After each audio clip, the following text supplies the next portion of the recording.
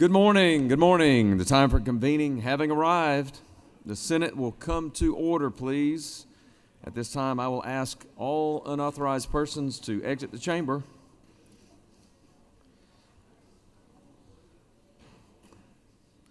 I'd like to recognize the very distinguished and very dapperly dressed senator from the 6th. Well, good morning, Mr. President. You look a little different today.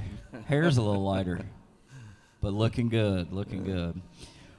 Mr. President, we got some fine pages here from all over this great state, and they are challenging me today with pronunciation, so we are going to see how I do. Out of Dallas, Georgia, we have Loni and Ajurere Abadunran. They're sisters, by the way. We've got Namasvi Bhatt from Ackworth. We have Jackson Brock from Kennesaw. Maya Edmondson from Lake Spivey. Matilda Fairley from Decatur.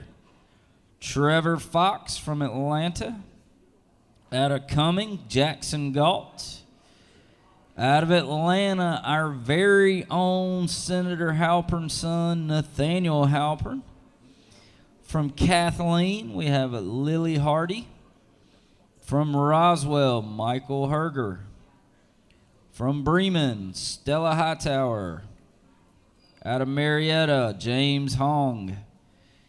Then we have Leah Johnson from Ellabelle, Bryan County, that is.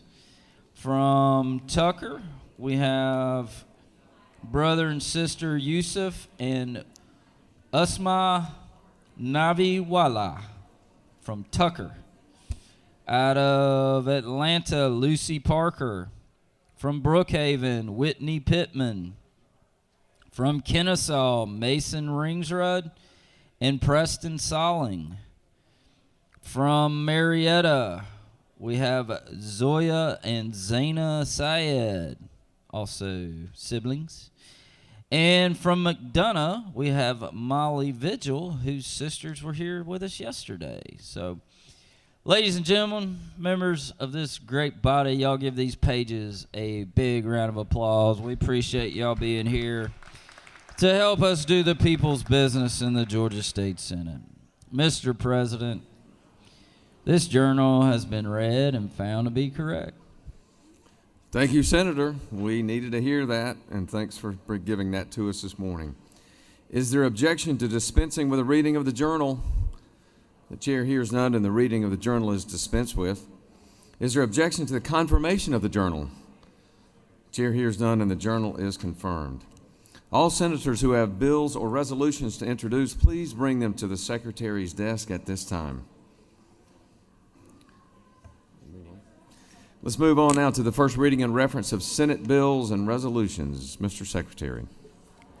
Senate Bill 257 by Senator James of the 28th, bill to be entitled an act to amend chapters 2 and 3 of Title 49 of the Official Code of Georgia Annotated related to the Department of Human Services and County and District Departments, Boards. Children and families. Senate Bill 258 by Senator James of the 28th, a bill to be entitled an act to amend Title 31 of the Official Code of Georgia Annotated related to Health and Human Services. Senate Bill 259 by Senator Brass of the 6th and others, bill to be entitled an act to amend Chapter 11, Title 15 of the Official Code of Georgia Annotated related to Juvenile Code. Children and families.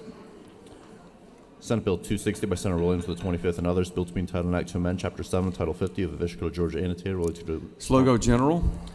Senate Bill 261 by Senator Harburn of the 16th and others, bill to be entitled an act to amend Chapter 25, Title 47 of the Official Code of Georgia Annotated related to retirement. Senate Bill 262 by Senator Halpern of the 39th and others, bill to be entitled an act to amend Chapter 24 of Title 33 of the Official Code of Georgia Annotated related to insurance and labor. Senate Bill 263 by Senator Mallett II and others, bill to be entitled an act to amend Code Section 20-8-5 of the Official Code of Georgia Annotated related to law enforcement. Public safety. Senate Bill 264 by Senator Goodman of the 8th and others, bill to be entitled an act to amend Chapter 3 of Title 38 of the Official Code of Georgia Annotated related to emergency management so as to provide to the creation. Public safety. Senate Bill 265 by Senator Still of the 48th and others, bill to be entitled an act to amend Title 33 of the Official Code of Georgia Annotated. Insurance and labor. Senate Bill 266 by Senator Estevez of the 35th and others, a bill to be entitled an act to amend Article 11 of Chapter 3 of Title 20 of the official code of Georgia annotated. Finance. Senate Bill 267 by Senator Estevez of the 35th and others, a bill to be entitled an act to amend Article 3 of Chapter 18 of Title 45 of the official code of Georgia annotated. Insurance and labor. Senate Bill 268 by Senator Robertson of the 29th and others, a bill to be entitled an act to amend Article 2 of Chapter 11 Title 16 of the official code of Georgia annotated related to offenses. Judiciary. Senate Bill 269 by Senator Hatcher of the 50th and others, a bill to be entitled an act to amend Chapter 3 of Title 37 of the official code of Georgia annotated related to examination, treatment, Health and Human Services. Senate Bill 270 by Senator Watson of the 11th and others, bills to be entitled an act to amend Chapter 2 of Title 21 of the official code of Georgia annotated related to elections. Ethics. Senate Bill 271 by Senator Islam Parks of the 7th and others, bill to be entitled an act to amend Chapter 2 of Title 21 of the official code of Georgia annotated related to elections and primaries. Ethics. Senate Bill 272 by Senator Kemp of the 38th and others, bill to be entitled an act to amend Article 1 of Chapter 7 of Title 44 of the official code of Georgia annotated related to Judiciary. Senate Bill 273 by Senator Wicks of the 34th and others, bills to be entitled an act to amend Chapter 4 of Title 34 of the official code of Georgia annotated related to a minimum wage as to revise certain provisions. Insurance and labor. Senate Bill 274 by Senator Mangum of the 55th and others, bill to be entitled an act to amend Chapter 2 of Title 1 of the official code of Georgia annotated related to elections and primaries generally. So as to- Ethics. Senate Bill 275 by Senator Anderson of the 43rd and others, bill to be entitled an act to amend Chapter 10 of Title 43 of the official code of Georgia annotated. Regulated industries. Senate Bill 276 by Senator Eccles of the 49th and others, bill to be entitled an act to amend Code Section 49-4-148 of the official code of Georgia annotated. Insurance and labor. Senate Bill 277 by Senator Tillery of the 19th, a bill to be entitled an act to amend Chapter 5 of Title 26 of the official code of Georgia annotated related to drug abuse treatment and education programs. Health and Human Services. Senate Bill 278 by Senator Harrell of the 40th and others, bill to be entitled an act to amend Chapter 2 of Title 26 of the official code of Georgia annotated related to standards, labeling, and Agriculture and Consumer Affairs. Senate Bill 279 by Senator Strickland of the 42nd and others, bill to be entitled an act to amend Article 1 of Chapter 9 of Title 434 of the official code. Judiciary. Senate Bill 280 by Senator Anna Vitarte of the 31st and others, bill to be entitled an act to amend Article 7, Chapter 5, Title 40 of the official code of Georgia annotated related to commercial. Judiciary. Senate Bill 281 by Senator Malley of the 2nd, a bill to be entitled an act to create a Port of Wentworth Convention and Visitors Bureau authority to provide for a short child. Slow go.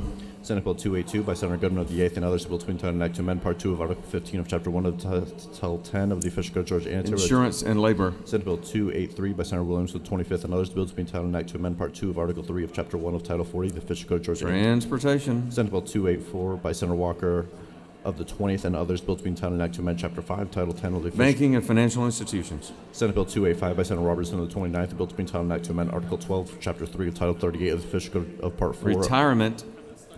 Senate Bill 286 by Senator James of the 28th, a bill to be entitled an act to amend Titles 15 and 42 of the official code of Georgia annotated related to courts and penal institutions respectively. So as- Public safety. Senate Bill 287 by Senator Halpern of the 39th and others, bill to be entitled an act to amend Article 7 of Chapter 4 of Title 49 of the official code of Georgia annotated related to medical. Health and Human Services. Senate Bill 288 by Senator Islam Parks of the 7th and others, bill to be entitled an act to amend Code Section 31-9-6.1 of the official code of Georgia annotated related to disclosure of certain. Health and Human Services. Senate Bill 289 by Senator Islam Parks of the 7th and others, bill to be entitled an act to amend Article 1 of Chapter 10 of Title 45 of the official code of Georgia annotated related to codes. Government oversight. Senate Bill 290 by Senator Andrew Vitarte of the 31st, bill to be entitled an act to amend Title 31 of the official code of Georgia annotated related to health so as to provide for the certification. Health and Human Services. Senate Bill 291 by Senator Gooch of the 51st and others, bill to be entitled an act to amend Code Section 40-2-86.1 of the official code of Georgia. Public safety. Senate Bill 292 by Senator Jones of the 10th and others, bill to be entitled an act to amend Part 2 of Article 5, Chapter 2 of Title 14 of the official code of Georgia annotated related to venue relative to Judiciary. Senate Resolution 265 by Senator James of the 28th, a resolution honoring the life of Mr. Samuel McCaw-Moon. Transportation. Senate Resolution 267 by Senator James of the 28th, a resolution honoring the life of Miss Anjaya Hill and dedicating. Transportation. Senate Resolution 282 by Senator Bearden of the 30th and others, a resolution creating a joint study committee on funding for next generation. Public safety. Senate Resolution 283 by Senator Beach of the 21st and others, a resolution creating a joint study committee on height restrictions. Transportation. Senate Resolution 284 by Senator Anna Vitarte of the 31st and others, a resolution honoring fallen. And transportation. Senate Resolution 90 by Senator Islam Parks of the 7th and others, a resolution recognizing the need for culturally competent risks. Health and Human Services. Mr. President, that completes the order. Thank you. Let's move on to the first reading and reference of House bills and resolutions.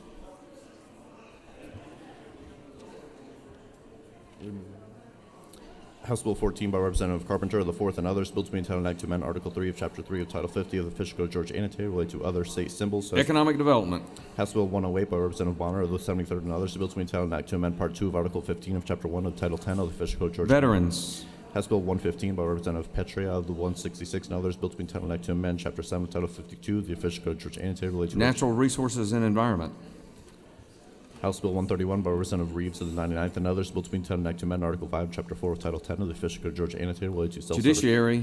House Bill 134 by Representative Camp of the 135th and others, bill to be entitled an act to amend Title 48 of the official code of Georgia annotated related to revenue and taxation. Finance. House Bill 156 by Representative Jones of the 25th and others, bill to be entitled an act to amend Chapter 1 of Title 6 of the official code of Georgia annotated related to general provisions relative to Transportation. House Bill 171 by Representative Thomas of the 21st and others, bill to be entitled an act to amend Part 1 of Article 3 of Chapter 12 of Title 16 of the official code of Georgia annotated. Judiciary. House Bill 172 by Representative Huddleston of the 72nd and others, bill to be entitled an act to amend Part 6A of Article 7, Chapter 3. Higher education. House Bill 176 by Representative Smith of the 18th and others, bill to be entitled an act to amend Title 5 of the official code of Georgia annotated related to appeal and errors. Judiciary. House Bill 208 by Representative Smith of the 70th and others, bill to be entitled an act to amend Code Section 40-2-86 of the official code. Public safety. House Bill 222 by Representative Blackmon of the 146 and others, bill to be entitled an act to amend Article 3 of Chapter 6, Title 17 of the official code of Georgia. Judiciary. House Bill 233 by Representative Townsend of the 177th and others, a bill to be entitled an act to amend Article 3 of Chapter 3 of Title 50. Economic development. House Bill 253 by Representative Clark of the 100th and others, bill to be entitled an act to amend Chapter 11 of Title 15 of Article 1 of Chapter 9. For the children and families. House Bill 308 by Representative Clifton of the 131st and others, bill to be entitled an act to amend Title 40 of the official Public code. safety. House Bill 392 by Representative Martin of the 49th and others, bill to be entitled an act to amend Chapter 5B of Title 15 of the Judiciary. House Bill 410 by Representative DeLoca of the 167th and others, bill to be entitled an act to amend Title 33 of the official. Insurance and labor. House Bill 414 by Representative Jones of the 25th and others, bill to be entitled an act to amend Chapter 5 Title 21 of the official code of Georgia annotated related to Senate ethics. House Bill 444 by Representative Silcox of the 53rd and others, bill to be entitled an act to amend Chapter 4 of Title 1. Natural resources. House Resolution 121 by Representative Camp of the 135th and others, the resolution recognizing Mr. John W. Mixon and State institutions and property. Mr. President, that completes the order. Thank you, Mr. Secretary. The Secretary will read reports of standing committees. Mr. President, the Senate Committee on Finance has had under consideration the following legislation and has instructed me to report the same back to the Senate with the following recommendation. Senate Bill 26 do pass, respectfully submitted, Senator Huffstetler of 52nd District, Chairman. Mr. President, the Senate Committee on Government Oversight has had under consideration the following legislation and has instructed me to report the same back to the Senate with the following recommendation. Senate Bill 117 do pass by committee substitute. Senate Bill 170 do pass by committee substitute, respectfully submitted, Senator Harbin of the 16th District, Chairman. Mr. President, the Senate Committee on Health and Human Services has had under consideration the following legislation and has instructed me to report the same back to the Senate with the following recommendation. Senate Bill 220 do pass by committee substitute. Senate Bill 233 do pass by committee substitute, respectfully submitted, Senator Watson of the 1st District, Chairman. Mr. President, the Senate Committee on Interstate Cooperation has had under consideration the following legislation and has instructed me to report the same back to the Senate with the following recommendation. Senate Bill 62 do pass. House Bill 117 do pass by committee substitute, respectfully submitted, Senator Moore of the 53rd District, Chairman. Mr. President, the Senate Committee on State and Local Governmental Operations General has had under consideration the following legislation and has instructed me to report the same back to the Senate with the following recommendation. Senate Bill 151 do pass. Senate Bill 252 do pass. Respectfully submitted, Senator Dixon of the 45th District, Chairman. Dear Mr. Secretary, pursuant to Senate Rule 2-1.6, I hereby give notice I will introduce a minority report to be read along with the majority report of Senate Bill 151, which was passed by the Committee on State and Local Governmental Operations on Wednesday, February 26, 2025. Sincerely, Senator Mallow. Mr. President, the Senate Committee on State and Local Governmental Operations has had under consideration the following legislation and has instructed me to report the same back to the Senate with the following recommendation. House Bill 73 do pass. House Bill 226 do pass. House Bill 380 do pass. House Bill 396 do pass. House Bill 412 do pass. Respectfully submitted, Senator Dixon of the 45th District, Chairman. Mr. President, the Senate Committee on Transportation has had under consideration the following legislation and has instructed me to report the same back to the Senate with the following recommendation. Senate Resolution 8 do pass by substitute. Senate Resolution 231 do pass. Respectfully submitted, Senator Dolezal of the 27th District, Chairman. Mr. President, that completes the order. Thank you, Mr. Secretary. Let's now read the bills and resolutions for a second time. Senate Bill 29 by Senator Williams of the 25th and others, DNA sampling, collection and analysis, collection of DNA samples of individuals arrested for the commission of a felony at the time of such individuals are booked or otherwise processed by a detention facility provide. Senate Bill 31 by Senator Dolezal of the 27th and others, income taxes, all income received as retirement benefits derived from service in the armed forces of the United States or the reserve components exempt from taxation. Senate Bill 34 by Senator Huffstetler of the 52nd and others, Public Service Commission costs incurred by an electric utility as a result of providing electric services to commercial data centers from being included in any rates prohibit. Senate Bill 74 by Senator Burns of the 23rd and others, harmful materials to minors, exemptions for libraries and librarians from provisions of Code Section 16-12-103, repeal. Senate Bill 109 by Senator Harbison of 15th and others, life insurance, a policy of group life insurance from excluding or restricting liability for certain deaths occurring while an individual is an active duty service member, prohibit. Senate Bill 145 by Senator Burns of the 23rd and others, Augusta Judicial Circuit, a 6th judge of the Superior Courts, provide. Senate Bill 147 by Senator Rett of the 33rd and others, correctional institutions of state and counties, consent for the release of certain criminal history, vocational, and educational information for inmates upon release, provide. Senate Bill 149 by Senator Hickman of the 4th and others, tuition equalization grants at private colleges and universities, definition of approved schools, revised. Senate Bill 152 by Senator Doles of the 27th and others, Georgia Promise Scholarship Act, the biological or adopted children of individuals who are foster parents and meet certain conditions shall qualify for Promise Scholarship accounts, provide. Senate Bill 153 by Senator Hatch of the 50th and others, Fisher Go to Georgia annotated, revise, modernize, correct errors or omissions in, and reenact the statutory portion of said code. Senate Bill 162 by Senator Huffstetler of 52nd and others, Georgia Composite Medical Board, implement an automated credentializing system for healthcare providers in the state, provide. Senate Bill 163 by Senator Moore of the 53rd and others, Brady Law regulations, standards for bringing an action against the government for an unauthorized act relating to regulation of weapons, revised. Senate Bill 173 by Senator McLaurin of the 14th and others, pleading to motions, movements to file notices of uncontested motions in superior courts and state courts, authorized. Senate Bill 175 by Senator Robertson of the 29th and others, election primaries, use of ranked choice voting, prohibit. Senate Bill 177 by Senator Anna Vitarte of the 31st and others, government transparency and campaign finance, transparency in foreign-funded political activities within the state, provide. Senate Bill 180 by Senator Dixon of the 45th and others, high-demand apprenticeship program, opportunities for apprenticeship sponsors to enter into apprenticeship program contracts with State Board and the Technical College System of Georgia, provide. Senate Bill 182 by Senator Halpern of the 39th and others, Georgia Music Office and Music Ready Communities Act, enact. Senate Bill 185 by Senator Robertson of the 29th and others, correctional institutions of state and counties' use of state funds or resources for certain treatments for state inmates, prohibit. Senate Bill 191 by Senator Still of the 48th and others, employment security, certain notice provisions relating to benefits and appeals, revised. Senate Bill 193 by Senator Brass of the 6th and others, State Board of Technical College System of Georgia, established the Adult Workforce High School Diploma Program, authorized. Senate Bill 195 by Senator Huffstetler of 52nd and others, pharmacists are authorized to dispense pre-exposure prophylactics and post-exposure prophylactics under certain conditions, provide. Senate Bill 199 by Senator Watson, 11th and others, State Ethics Commission shall not accept or reject complaints made against candidates 60 days prior to an election, provide. Senate Bill 212 by Senator Still, the 48th and others, Quality Basic Education Act, disclosure of public student directory information to political candidates or persons or groups acting on their behalf, prohibit. Senate Bill 218 by Senator Robertson of the 29th and others, Prosecuting Attorneys Qualifications Commission shall be assigned for administrative purposes only to the Administrative Office of the Courts, provide. Senate Resolution 247 by Senator Gooch of the 51st and first and others, Loeffler Kelly, commend.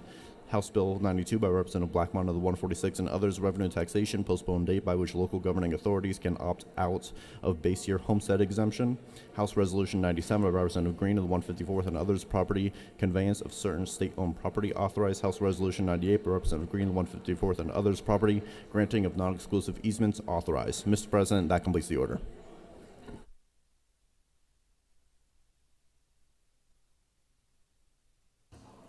All right, thank you, Mr. Secretary. I know that was a long list, but you got through it valiantly. All right, for the moment we've all been waiting for this day, it's time for the morning roll call. Are there any motions to excuse? Any motions to excuse? Chair recognizes the senator from the 2nd, distinguished senator from the Savannah. Well, thank you, Mr. President. I would like to ask for unanimous consent to excuse the senator from the 41st for business outside of the Capitol. So excused, senator from the 41st. Chair recognizes the senator from the 33rd. Thank you, Mr. President, and good morning, y'all. I ask for unanimous consent to excuse the senators from the 21st, 52nd, and 35th. And Senators from the 21st, 52nd, and 35th, all excused without objection. also the 43rd. And the 43rd. Thank you, Senator. Any other motions to excuse? Chair recognizes the senator from the 48th. Good morning, Mr. President. Good morning to you, sir. I ask unanimous consent to please excuse the senators from the 47th and 49th. Senators from For the business inside the 47th and 49th without objections. Any other motions? Senator from the 6th, do you wish to? Senator from the 6th? Do you wish to speak? Senator from the 6th, do you wish to speak? On the motions to excuse? All right, very good. Any other motions to excuse? All right, the senators from the 41st, the 21st, the 52nd, 35th, 43rd, 47th, and 49th are excused without objection for business outside the chamber. All right, the secretary will now call the roll of the senators. Please signify your presence by voting the yay switch. The secretary will now unlock the machine.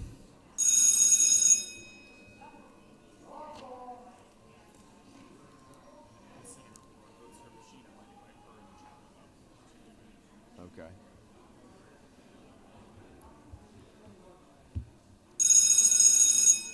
Where is she?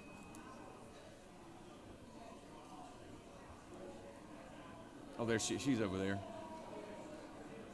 Jack, she's over there. She's. Oh, come on.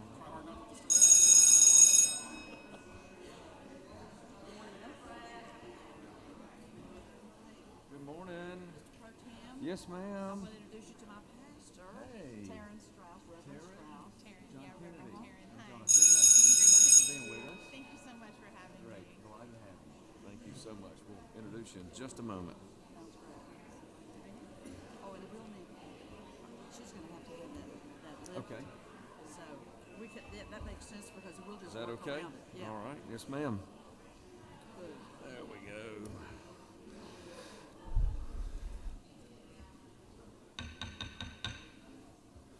All right, it's now time for our morning devotion. All senators, please take your seats and cease all audible conversation. Doorkeepers, please secure the chamber at this time.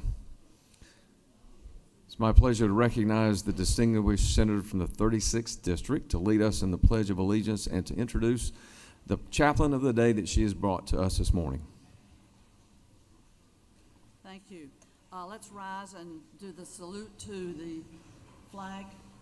I pledge allegiance to the flag of the United States of America and to the republic for which it stands, one nation, under God, indivisible, with liberty and justice for all. And now the Georgia flag. I pledge allegiance to the Georgia flag and to the principles for which it stands, wisdom, justice, moderation, and courage.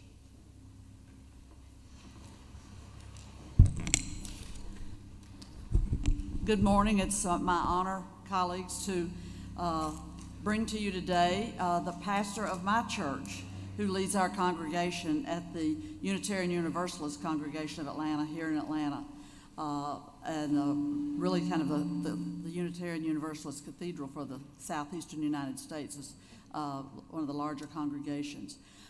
Reverend Taryn Strauss came to us in 2017. She has a rich background, including working with the issues around AIDS and HIV as a former education director. She pursued her divinity degree at Union Theological Seminary, and that was in 2015. Of course, that is the seminary that our Senator Reverend Raphael Warnock attended as well for his divinity degree. She was born in Illinois, but soon came on down to the South and spent her active teen years in Knoxville, Tennessee, and as a part of the Unitarian Universalist church in that city. We were gifted with her leadership. She's an inspiring pastor who came on board with us in 2017 as a senior minister at UUCA here in Atlanta. She has led the church to purchase and renovate and modernize a wonderful church on North Druid Hills Road. We are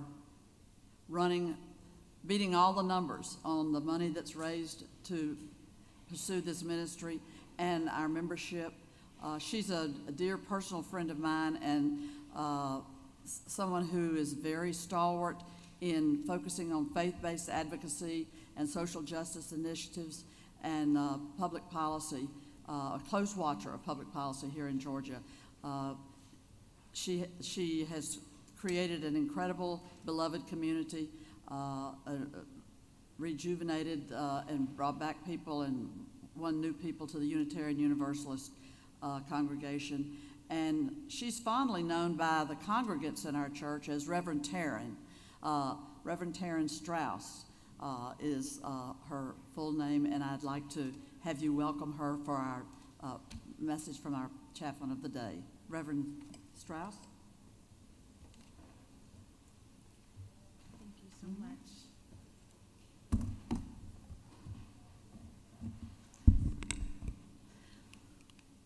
Well, good morning. Good morning. I am so glad to be with you on this beautiful morning in Georgia.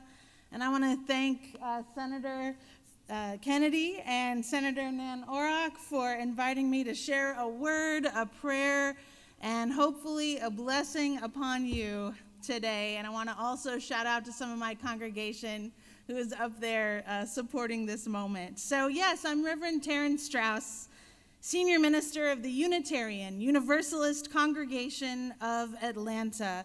Now, if I had been on our denomination's marketing team in the 16th century, I might have chosen a shorter name for us than Unitarian Universalists. It's a little difficult to remember, but our belief system is simple. We believe in the power of deeds, not creeds.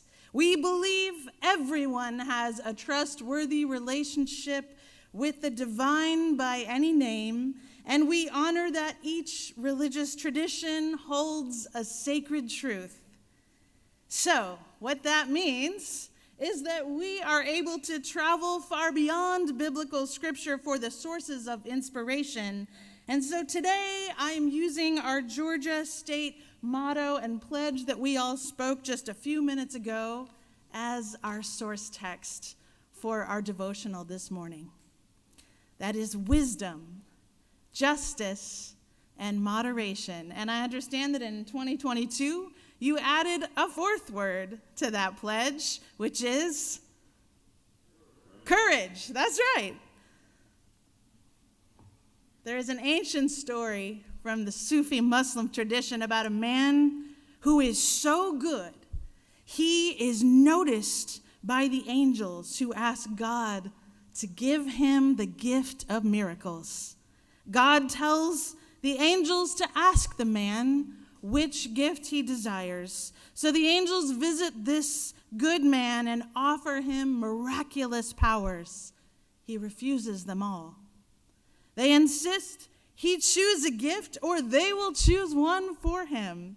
Very well, he replies. I ask that I may do a great deal of good without ever knowing it.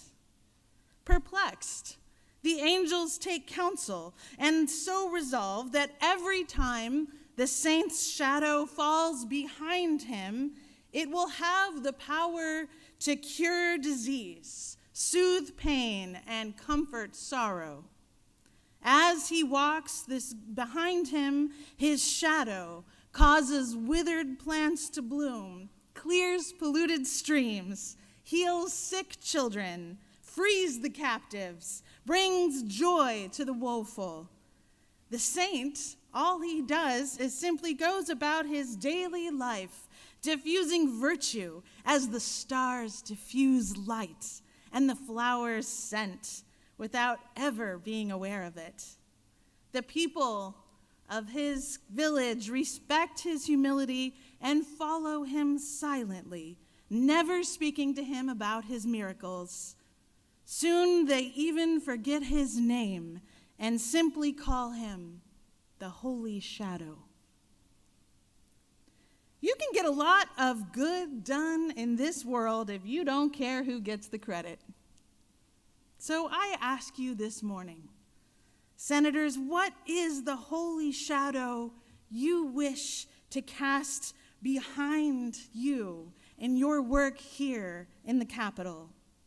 One of our most well-known Unitarian writers and theologians, Reverend Dr. Rebecca Parker, reminds us that each day we are given, we face a choice to either bless or curse the world. Today, and throughout the remainder of this session, I implore you to choose to bless your corner of this world, which is our great state of Georgia. Returning now to our state motto and pledge, may you choose to bless the world with wisdom. Last time I was here, I didn't specify exactly what wisdom might be calling you to do, and today I will.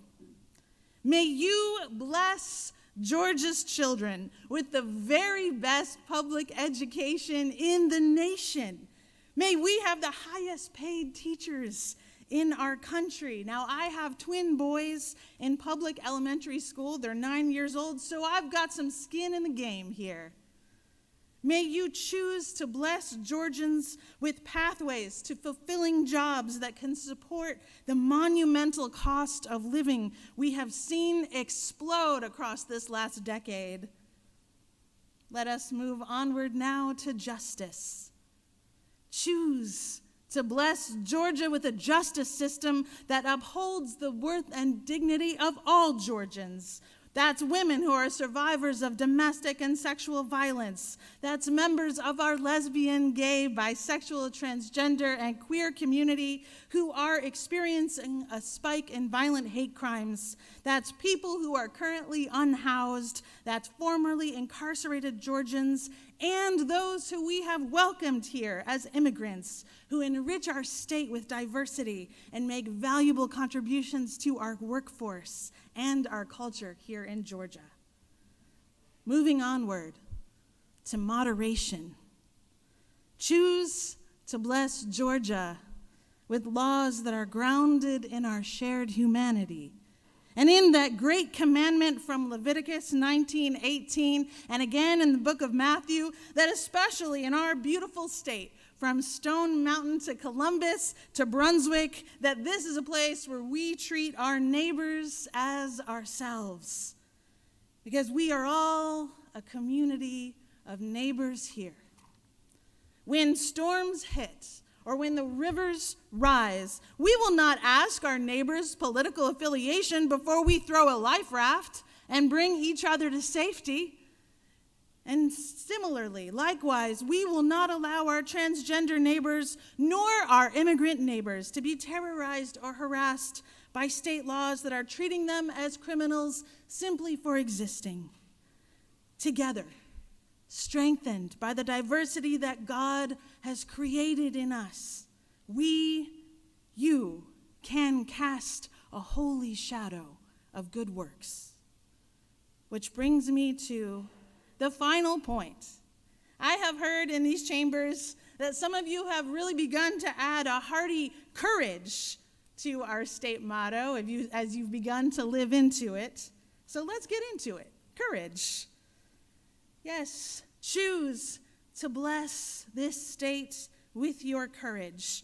Choose to bless Georgia with courage to stand and vote against fascism and root it out wherever it might try to arise, ready to strip Americans of their fundamental rights to life, liberty, and the pursuit of happiness. Cast a courageous shadow behind you and build a state where all of us are free to flourish, thrive, learn, to work, serve, and support our communities. My friends, now in the spirit of wisdom, justice, moderation, and courage, I invite you now to join me in prayer.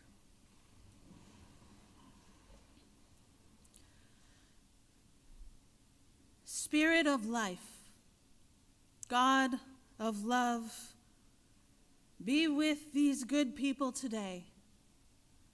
Bestow upon them a miraculous capacity for good works, so they may cast a long shadow behind them, so the rest of us may walk in their wisdom, justice, moderation, and courage. Shine the light of empathy upon them, O God, so they may serve all their citizens, knowing deeply that they are all neighbors. God, give them the moral imagination to build a more beautiful state, protecting our natural landscapes and our most vulnerable citizens, so that all people in Georgia can enjoy the freedom to flourish.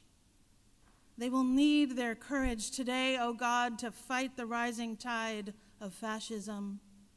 They will need their moderation to respectfully engage one another.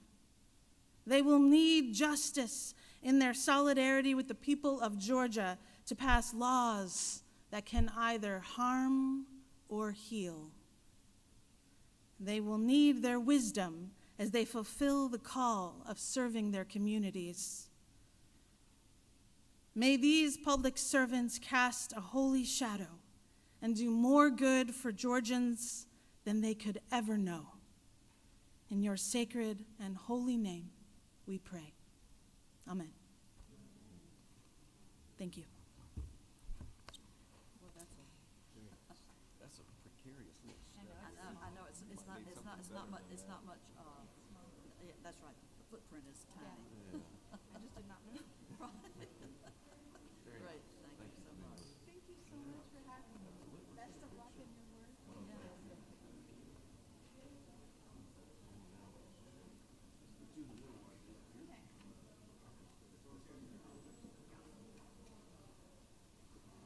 Step up. That might be a good one. Yeah.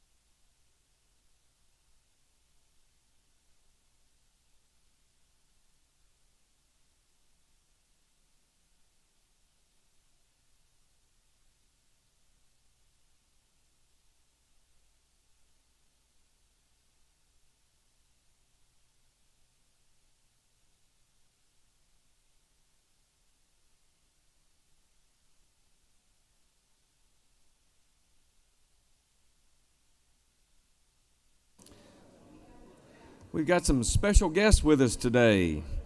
Will the secretary please read a resolution? Senate Resolution 248 by Senator Wicks to the 34th and others, a resolution honoring the life and memory of Charles Person and for other purposes.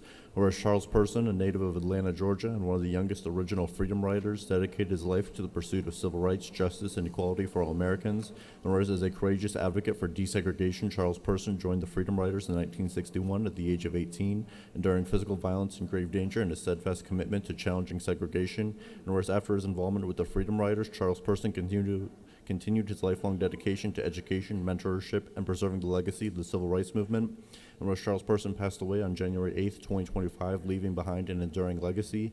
Now therefore be it resolved by the Senate that the members of this body posthumously honor Charles Person for his extraordinary contributions to the civil rights movement and his unwavering dedication to creating a more just and equitable society. And be it further resolved that the members of this body extend their deepest condolences to Charles Person's family, friends, and all who were inspired by his work. Mr. President, that completes the order. Thank you. Is there objection to the adoption of the resolution? And the chair hears none, and the resolution is adopted. I'd like to call upon our distinguished senator from the 34th to introduce her very special guest with us.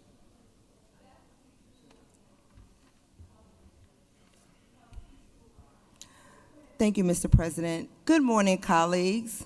Today, as we continue to honor Black History Month, by honoring Mr. Charles A. Person, the youngest freedom rider in 1961 Freedom Rides. Just at 18 years old, Charles Person became the youngest member of the original Freedom Riders. In 1961, he joined a courageous group of activists traveling the segregated South, including cities like Atlanta, Athens, and Augusta, facing ruthless, hostile, discriminative, and physical violence. He remained steadfast in his mission to challenge segregated and injustice. His fight extended beyond desegregation. He was dedicated himself to advocating for equality, education, and mentoring further generation in pursuit of justice and equality. Charles Person's commitment to service did not end with civil rights activists. He was honorably served the United States Military Corps during Vietnam. Charles Person contributed to civil rights movement. Even though he passed away in January 2008, 2025, his courage, determination continued to inspire Georgians and Americans alike. Today, I am pleased to welcome his family to Georgia State Senate and promotions honor George Person for his extraordinary, selfless contribute to civil rights movement, our country, and our states. Let us extend our deepest condolence to his family, friends, and all those touched by his legacy. More importantly, let us continue our commitment to uphold the value and the principles for his brave and our forever loan to our Black history. Thank you.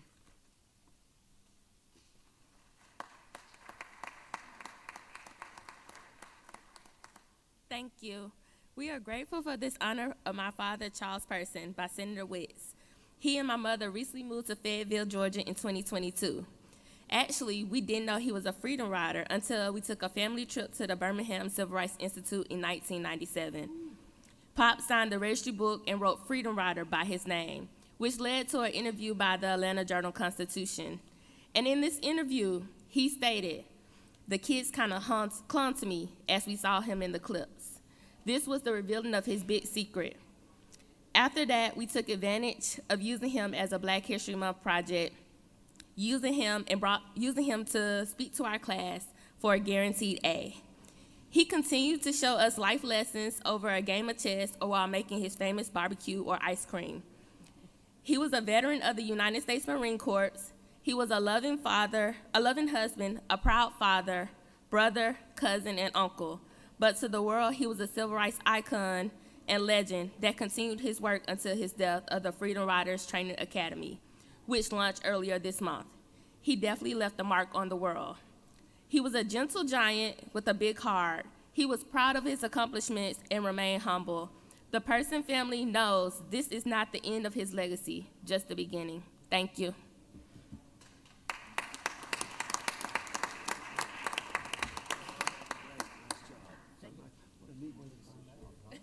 Wow, that's a great part of the story. Love hearing that.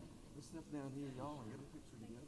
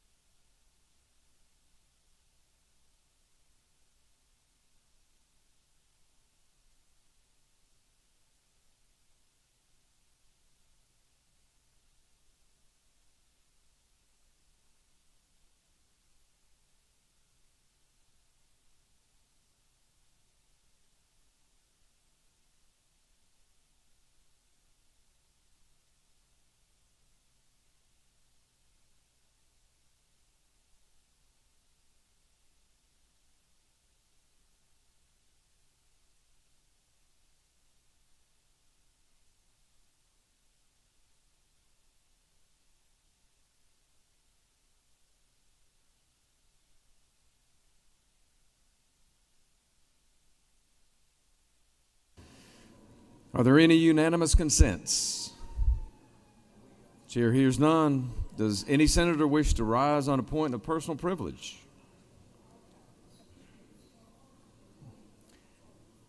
All right, Chair.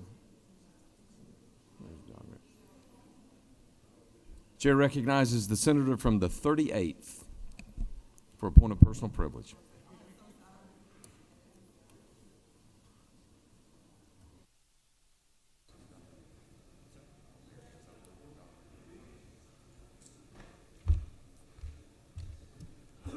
Good morning, colleagues. Thank you, Mr. President.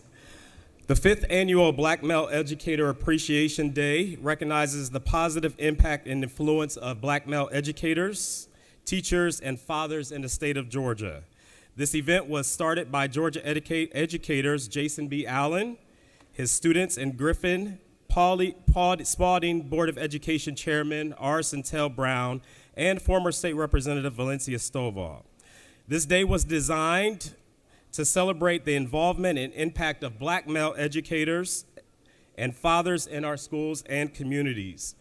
We acknowledge and honor the contributions of the following black male educators in our schools and communities in the state of Georgia and honorees of this year's celebration. We have some educators in the gallery. We ask that you please stand and be recognized by our colleagues here in the Senate.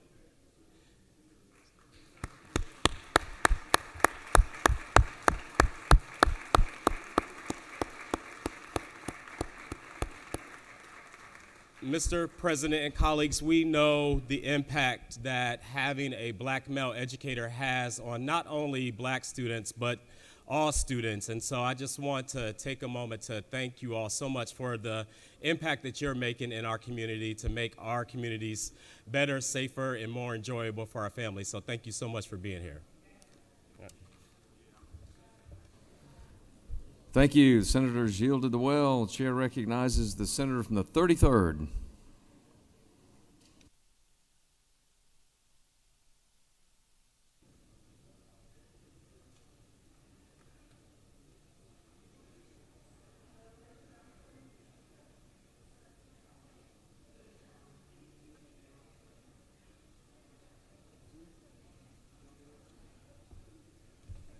Thank you, Mr. President, my fellow senators, colleagues, friends, and y'all.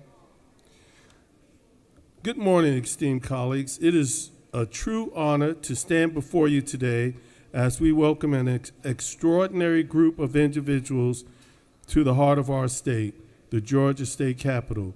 Today we celebrate the work and impact of DJs, disc jockeys, music DJs, those who play an instrumental role in shaping not only the soundtracks of our lives, but also the very culture that defines us. We are joined by over 50 men and women from across the state of Georgia, and even one DJ who has traveled all the way from the great city of Chicago. These talented individuals are here today because they share a common purpose to continue the rich tradition of music and community building that has brought people together for decades.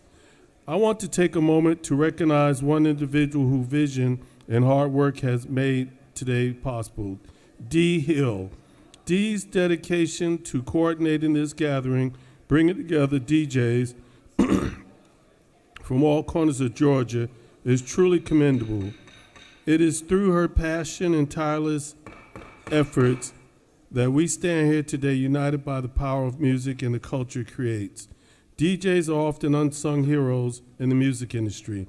They are the ones who decide what tracks make it to the airwaves, who can turn a song into a hit, and who have the ability to set the tone for a generation.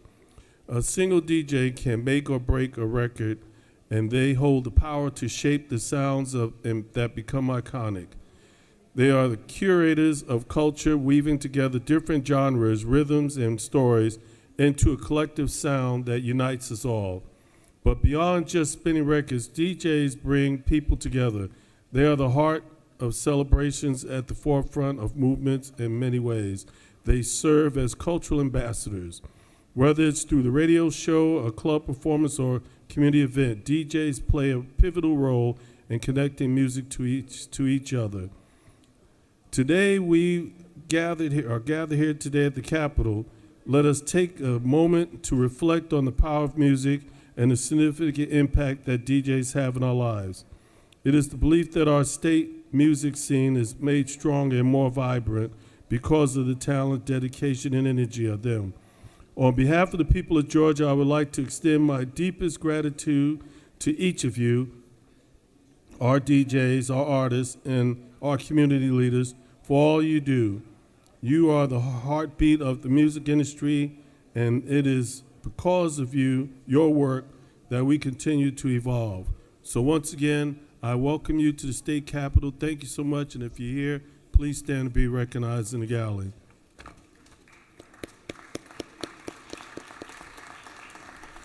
I yield the well, Mr. President. Thank you, Senator. The senators yielded the well. The chair recognizes the distinguished senator from Columbus, the senator from the 29th.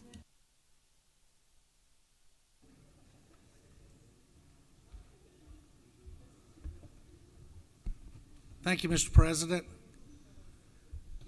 Colleagues, I'm sure I've been here 7 years now, and I'm sure some of you may have experienced an opportunity after 7 years or longer where you look back on a vote that you made and you realize that knowing what you knew now, you probably would not have made that vote. During my first term, I made a vote like that, and I regret it today. I voted to allow cannabis, marijuana, CBD oil, whatever you want to call it, to be used to treat small children. And at the time I gave that vote, I stood in this well and I said, I'm going to do this while my heart ached, because I knew that within 2 or 3 years, adults would be crawling over sick children in order to get themselves CBD, marijuana, cannabis, whatever you want to call it. And I so bad wanted to be wrong, but I was absolutely right. And I regret that vote. I see legislation moving through this building today. We've seen it last year. Myself and the senator from the 32nd fight at every opportunity we have, pushing back on this stuff. But I want to be honest with you. A lot of you have read about marijuana, read about cannabis, and all this other good stuff. There's several of us in this room. The senator from the 1st, the senator from the 32nd, myself, and the senator from up in the mountains who have seen the actual effects of it. So if you want to expand our prison system, expand marijuana use. If you want to expand our jails, expand marijuana use. If you want to expand our emergency rooms, expand marijuana use. If you want to expand the DSM-5 TR and you want to expand our mental health hospitals, then expand marijuana use. If you want to make Georgia one of the most miserable places to live for my grandchildren, your grandchildren, and future generations, then expand marijuana use. I've been to California, I've been to Colorado, and I've been to Seattle for the sole purpose of looking at their marijuana industries. And I will tell you, the people in Denver that are in the homeless shelters, they're not there because of marijuana, but they cannot get out because of marijuana. Nobody wants to hire anybody that smokes marijuana. And for those of you who defend marijuana by saying, well, alcohol is legal, then you write the prohibition bill for alcohol and I'll be happy to sign with it. But I'm telling you, marijuana, cannabis, whatever you want to call it, is destroying other states, and it will destroy the great state of Georgia. And I will never, ever, ever vote for any legislation that expands the use of marijuana in the state of Georgia. Thank you, Mr. President. I yield the well. Thank you. The senator has yielded the well. We've got a few more points of personal privilege. We're going to take just a quick break to allow for the introduction of the Doctor of the Day. I want to call on the distinguished senator from the 14th. Thank you, Mr. Pro Tem. As always, I'm excited to stand before you today representing the undisputed medical capital of Georgia, District 14. Today it's my honor to introduce to you Dr. Matthew Keaty. He's an associate professor of emergency medicine at the Emory University School of Medicine. In his 25-year academic career, he primarily focused on outstanding clinical care to patients who present to the emergency departments in our health system. In 2018, he was named the Executive Vice Chair for Operations with administrative responsibilities for over 100 physicians and advanced practice providers who provide clinical care in 4 emergency departments.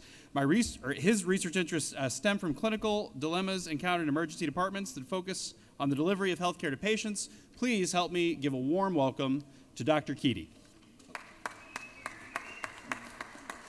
Thanks, everyone, for your service to the state of Georgia. We appreciate it. And come visit us down in the health clinic if you need it. The flu and COVID's been going around.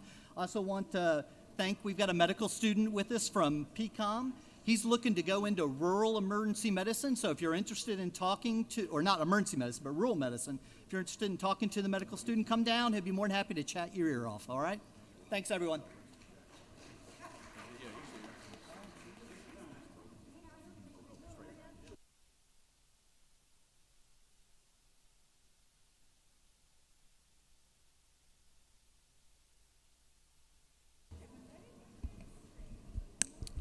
I see one of our former members in the chamber today, Mr. Dr. Senator Lester Jackson. Lester, let's give Lester a big round of applause. Savannah, Georgia's pride and joy. I tell the senator from the second, he's got some big shoes to fill, the senator. You did a good job. I enjoyed serving with you. The years you and I served together. Glad to have you here. Recognize the senator from the 28th for a point of personal privilege.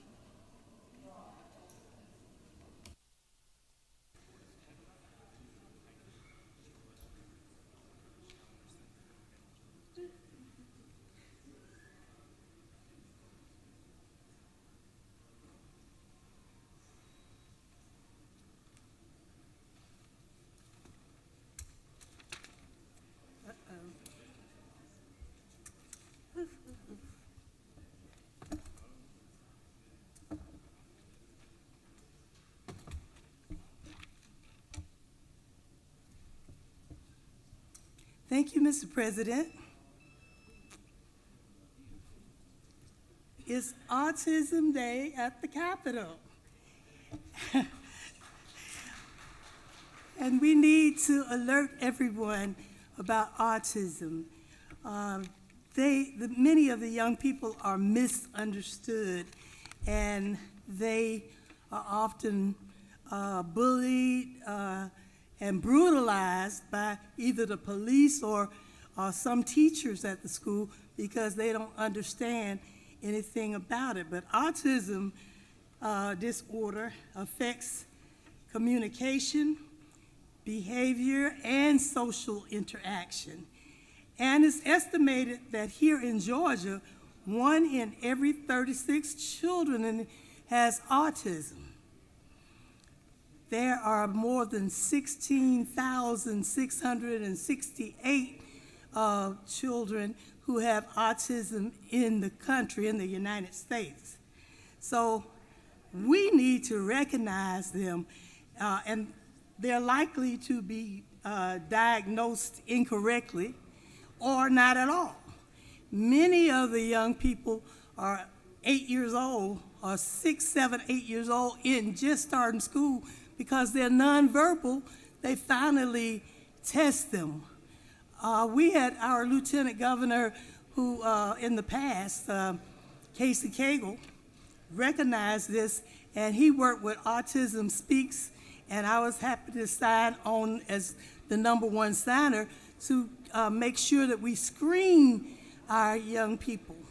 So the insurance companies now screen them up until 8 years old, but next year we're going to ask that it goes up to 12 because many of them don't know until they're 9 or 10 that something is wrong. So anyway, today I got this T-shirt on, and on the back it says to support Senate Bill 211 and House Bill 465. And that is what we're promoting today at a free Savannah Day food sampler in room 216 starting at 1 o'clock. So if you want some seafood and you want to know more about our autistic children who are here in Georgia, please, please go down and get some information. My bill, and I hope that everyone will vote for it, is about putting a ban on autistic children, because we had 2 young men to be killed, one in Douglas County that I represent and one in DeKalb County last year, by the police because they were frailing their arms and running around. One had taken their clothes off. He had even been in the armed forces. He had been out only 3 weeks, and they were both killed immediately because people did not understand them. So we want to put a ban on them, and then we want a 1-800 number. That's what the other one is about.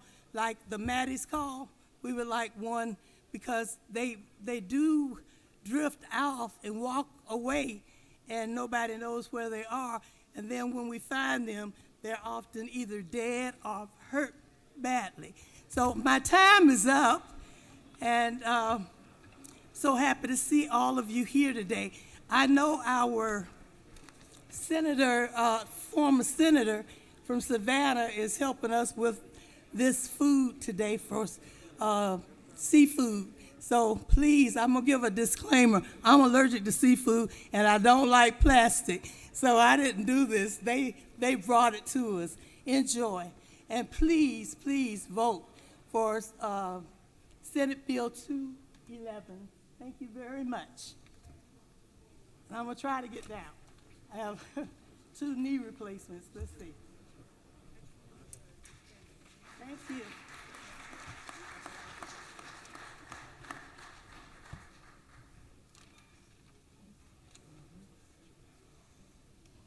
Thank you, Senator. Greatly appreciate that.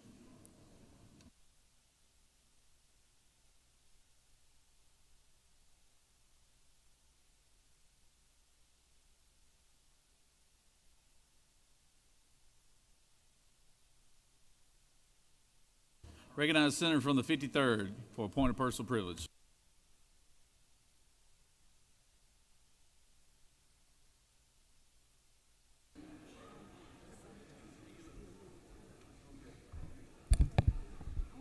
Hey, thank you, Mr. President. Members of the Senate, as President Donald Trump's floor leader, I know many of you listen to everything that President Trump says, and you may have noticed a week or two ago, President Trump asked for paper ballots, and I have a piece of legislation that accomplishes that very thing.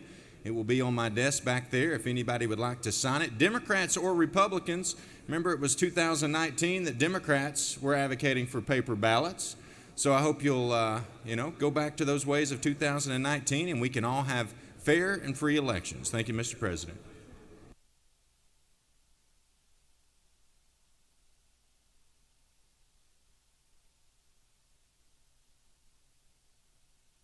Recognize the senator from the 51st for a point of personal privilege.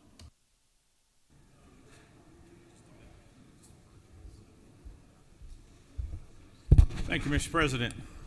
Today is Airport Association Day in Georgia. When we think about airports here in Georgia, we think about Hartsfield International. But in fact, there are 95 general aviation airports located in the state of Georgia.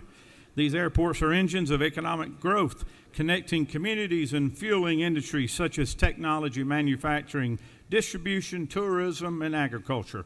The economic development spurred by these facilities is remarkable. Together, they generate $73.7 billion in annual economic activity, providing more than 450,000 jobs, representing $20.2 billion in payroll to hardworking Georgians. Senators, I want you to know they're in the building today. We want you to give them a warm welcome. We have a few of them in the gallery at this time. So thank you, everyone that's here from the Georgia Airport Association. We'll talk to you in a little bit.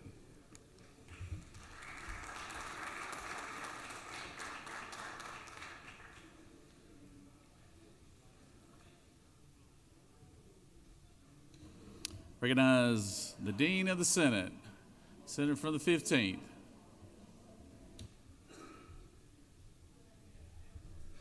Thank you very much, Mr. President. I was upstairs and my secretary called and said that Jordan High School is in the gallery. If Jordan High School is in the gallery, will you please stand? Please stand and be welcomed by the Georgia State Senate. These are members of the Jordan High School in Columbus, Georgia. Please remain standing until we give you a round of applause. Thank you very much. Thank you. Thank you, Mr. President. You good? Yes, sir. Recognize Senator from the 56th.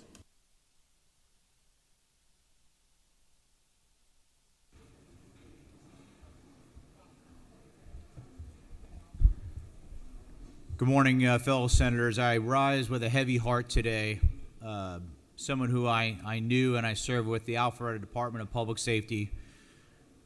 Police Detective Brian Smith lost his battle with cancer and has gone home to the Lord.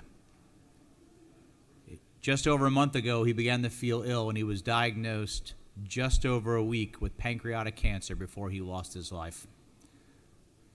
Our heroes at service in our community and or abroad should be some of our most cherished.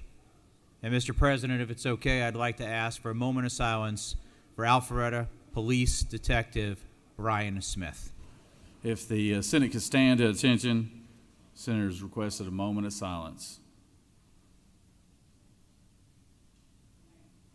Amen. Thank you. Amen.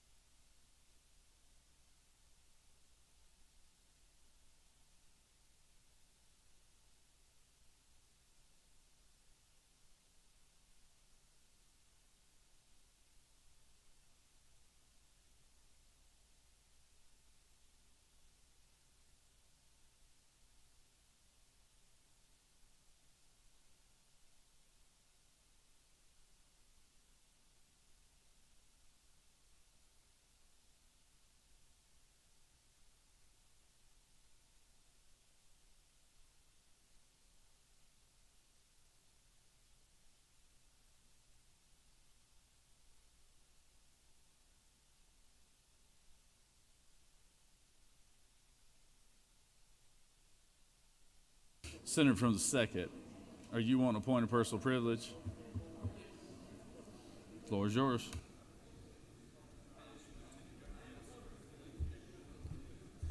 Thank you, Mr. President. Last week I was out for a couple days, and the gentlewoman from the 39th recognized the interim president of Savannah State University. Since we have a new president coming in, Mr. President, I want to take this opportunity to celebrate our outgoing interim president. That is none other than Ms. Cynthia Robinson Alexander, who is in the gallery. To ask her to please stand so that we can recognize her.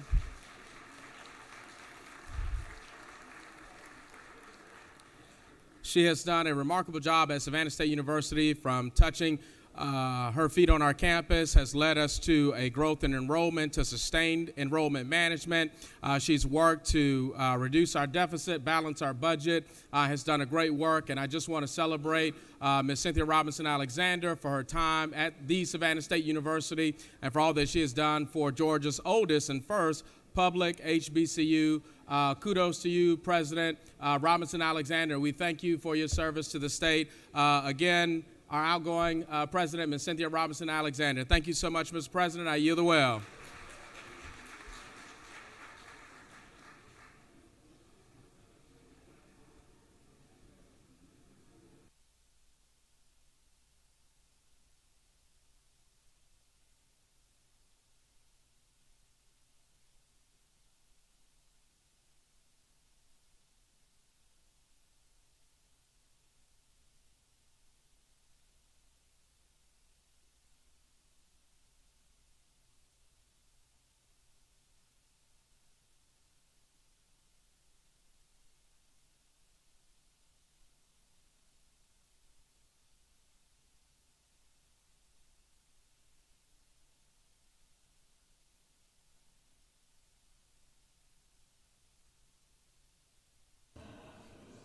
All right, does any other senator wish to speak on a point of personal privilege? All right. You have a consent calendar of privilege resolutions before you right now. Does any senator wish to remove a resolution from the consent calendar? Senator from the 10th, for what purpose do you rise? Mr. President, I ask unanimous consent to remove Senate Resolution 266 from the calendar. All right. Secretary, read the caption. Senate Resolution 266, a resolution encouraging the development of minority-owned plasma collection centers and commending Furqan R. Stafford and other community activists and for other purposes. That completes the order, Mr. President. Senator, we'll move SR 266 to rules. Is there any other objections to the local consent calendar? Chair hears none. The resolution on the consent calendars are adopted.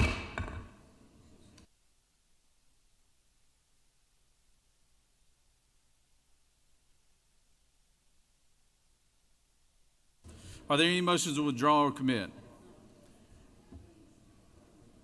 You have before you a consent calendar of local bills. Ms. Secretary, have any objections been filed for any of the bills on the local consent calendar? Mr. President, no objections have been filed. Is there objection to agreeing to the report of the Committee on State and Local Governmental Operations, which is favorable to the passage of the bills on the local consent calendar? Chair hears none. The report of the committee is agreed to. Questions on the passage of the bills on the local consent calendar? All those in favor will vote yea. Opposed, nay. Secretary, unlock the machine.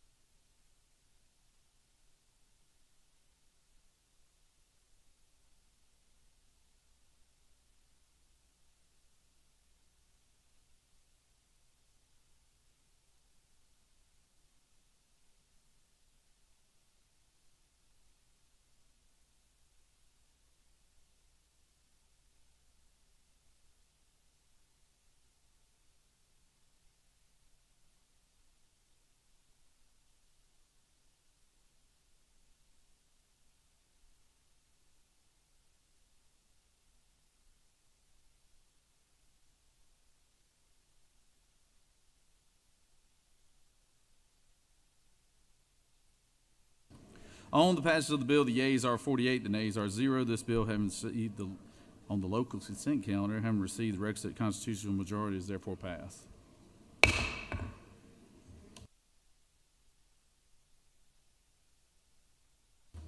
Recognize the Majority Leader for a motion. Thank you, Mr. President. I move that Senate Bill 141 be engrossed at this time. Secretary, read the caption. Senate Bill 141 by Senator Hatch of the 50th and others, bills being titled Act to amend Title 48 of the Official Code of Georgia annotated related to revenue and taxation so as to extend the appeal and protest period from 30 days to 45 days for tax assessments, to clarify final determination language for federal income tax adjustments, to provide for related matters, to provide for an effective date and applicability, to repeal conflicting laws, and for other purposes. That completes the order, Mr. President.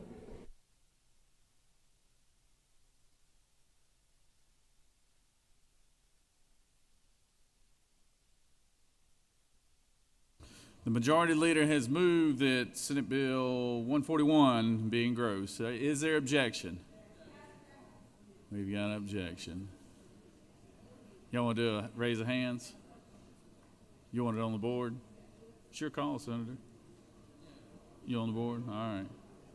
All right. All those in favor of the motion signify by saying aye. All opposed, no. Secretary, unlock the machine.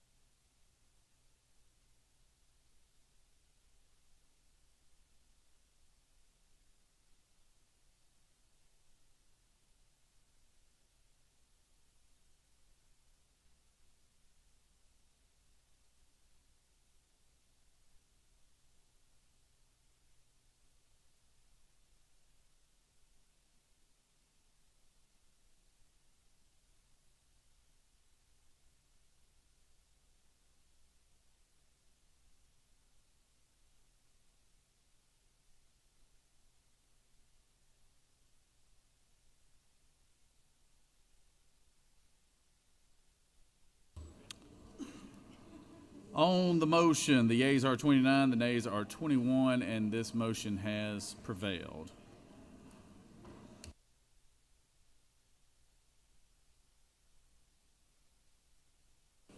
Moving on to the rules calendar. Senate Bill 42. Secretary, read the caption. Senate Bill 42 by Senator Hatch of the 50th and others, bill to be entitled Act to amend Code Section 16-6-13 of the Official Code of Georgia annotated relating to penalties for violating Code Section 16-6-9 through 16-6-12 so as to repeal certain penalty provisions for the offense of prostitution, keeping a place of prostitution, pimping, and pandering, to provide for related matters, to provide for an effective date, to repeal conflicting laws, and for other purposes. Mr. President, the Senate Committee on Judiciary recommends that this bill do pass. Respectfully submitted, Senator Strickland, Chairman. That completes the order, Mr. President.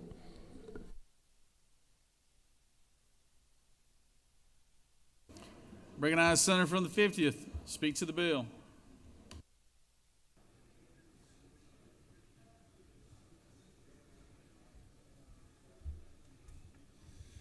Thank you, Mr. President. Good morning, colleagues. Today I rise to bring you a bill on behalf of the First Lady, Senate Bill 42, building upon the First Lady and the Grace Commission's charge to bring awareness to and one day eradicate human trafficking in the state of Georgia. This bill seeks to remedy a rule of lenity issue currently in law regarding the penalty statutes associated with keeping a place of prostitution, pimping, and pandering, as well as human trafficking. At least 2 courts in Georgia have indicated that the conduct prohibited by Georgia's human trafficking statute is substantially similar to the conduct prohibited by the offense of keeping a place of prostitution, pimping, and pandering in regard to minor victims. This bill should clear that up. I want to thank the First Lady and all her hard work. This is the 10th piece of legislation that we've been able to bring before you in regards to human trafficking, and just ask for favorable consideration so that we can continue to complete the mission to eradicate human trafficking in the state of Georgia. And with that, Mr. President, I'm happy to yield for any questions. You have no questions, Senator. Does any other senator wish to speak for or against the measure? Chair hears none. Is there objection to the previous question being ordered? Chair hears none. The previous question is ordered. Is there objection to agreeing to the report of the committee which is favorable to the passage of the bill? Chair hears none. The report of the committee is agreed to. Is there objection to the main question being ordered? Chair hears none. The main question is ordered. The question is on the passage of the bill. All those in favor vote yea. All opposed, nay. Secretary, unlock the machine.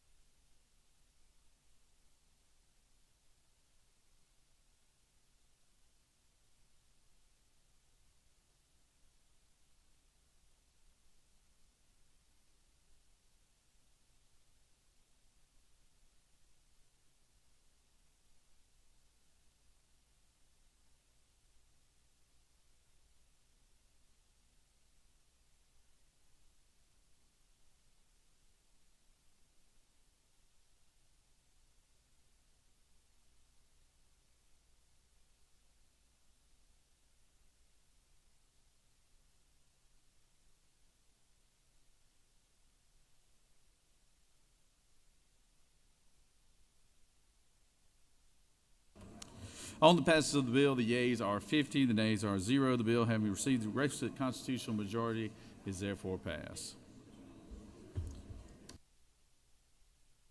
Moving on, Senate Bill 101. Secretary, read the caption. Senate Bill 101 by Senator Robertson, the 29th, and others. The bill to be entitled an act to amend Chapter 12, Title 31 of the Official Code of Georgia annotated related to control of hazardous conditions, preventable diseases, and metabolic disorders so as to require testing for Duchenne muscular dystrophy and newborn screening system, to provide for related matters, to provide for an effective date, to repeal conflicting laws, and for other purposes. Mr. President, the Senate Committee on Health and Human Services recommends that this bill do pass. Respectfully submitted, Senator Watson of the 1st District, Chairman. That completes the order, Mr. President.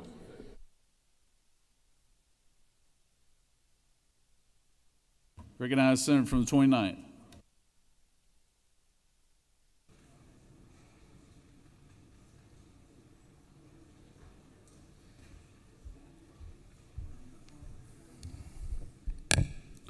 Thank you, Mr. President.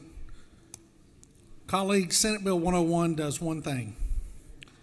It allows parents whose children are born with the disease of Duchenne muscular dystrophy an opportunity of starting to treat medically and plan out the future for their newborn babies. Currently in Georgia, when children are born with this infliction, this disease, most parents do not find out until the child is 3 to 5 years old. And only then do they find out after they've spent tens of thousands of dollars visiting doctors and specialists and other clinics, not only around Georgia, but to Columbus, Ohio, and other places where there are experts in muscular dystrophy that can speak to the disease that their child has. This disease is 100% fatal. Every child born with Duchenne's muscular dystrophy today will die from this type of muscular dystrophy. What we're hoping to do is give those parents enough time to plan out what kind of therapy can prolong their child's life, whether it's gene replacement therapy or others that currently exist in multiple locations in Georgia and in other states, and for them to work on the quality of life of that child.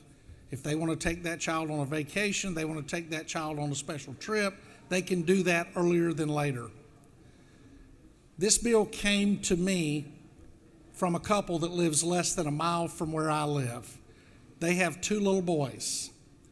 Both of them have this. And thanks to gene therapy, the second one is able to get up and go into school out of his dad's truck into the school by himself, where if they did not have the therapy that they're going through right now, that child would be in a wheelchair. So all I'm asking is this be added to the panel. We've been working with the department about this, Dr. Toomey and her team, looking at the necessary costs, if any. We've worked on it with friends over in the House to make sure that the budget, if there is a cost, it would be minimal, and I do mean minimal, because we all have the equipment. We just have to have the reagents that test for this particular disease, and those reagents are out there, and other states do this on a hill prick. And to speak briefly on the hill prick, I have a 5-year-old daughter, and if it was not for the hill prick, we would have not known that Andy is one of 6 children that have a particular disorder. And if we were not aware of that, and she would have gotten sick with the flu or severe cold when she was a small child, if we did not know that she had the disorder that she has, my daughter would not be the healthy girl she is today. And all I want to do is give the parents that live down the street from me the same opportunity that the hill prick gave my wife and I and our daughter. And with that, Mr. President, I'll yield for any questions.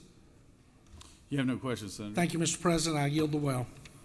Does any other senator wish to speak for or against the measure? Chair hears none. Is there objection to the previous question being ordered? Chair hears none. The previous question is ordered. Is there objection to agreeing to the report of committee which is favorable to the passage of the bill? Chair hears none. The report of the committee is agreed to. Is there objection to the main question being ordered? Chair hears none. The main question is ordered. Questions on the passage of the bill. All those in favor vote yea. All opposed, nay. Secretary, unlock the machine.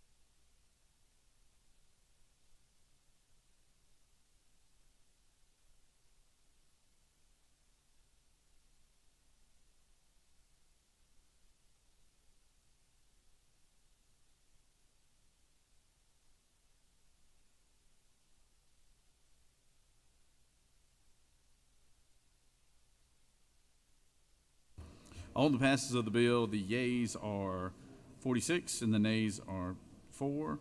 This bill, having received the requisite constitutional majority, is therefore passed. Senator from the 24th, for what purpose does he rise? Mr. President, I'd like to excuse Senator from the 23rd for doing business inside the Capitol. Without objection, Senator from the 23rd is excused. Moving on to Senate Bill 131. Secretary, read the caption. Senate Bill 131 by Senator Hodges III and others, the bill to be entitled Act to amend Chapter 10 of Title 49 of the Official Code of Georgia annotated related to Georgia Board of Health Care Workforce, so as to provide for the establishment of the Georgia Healthcare Professionals Data System, to provide for definitions, to provide for collaboration with state licensing boards, to provide for a publicly accessible website, to provide for a collection of data from state licensing boards, to provide for specified data, to provide for seeking of funding sources, to provide for related matters, to repeal conflicting laws, and for other purposes. Mr. President, the Senate Committee on Regulated Industries and Utilities recommends this bill to pass by substitute. Respectfully submitted, Senator Cowser, the 46th District Chairman. Mr. President, the Senate Committee on Regulated Industries and Utilities offers the following substitute to Senate Bill 131, the bill to be entitled an Act to amend Chapter 10 of Title 49 of the Official Code of Georgia annotated related to the Georgia Board of Health Care Workforce, so as to provide for the establishment of a Georgia Healthcare Professionals Data System and for other purposes. That completes the order, Mr. President. Recognize the Senator from the 3rd. Speak to the bill.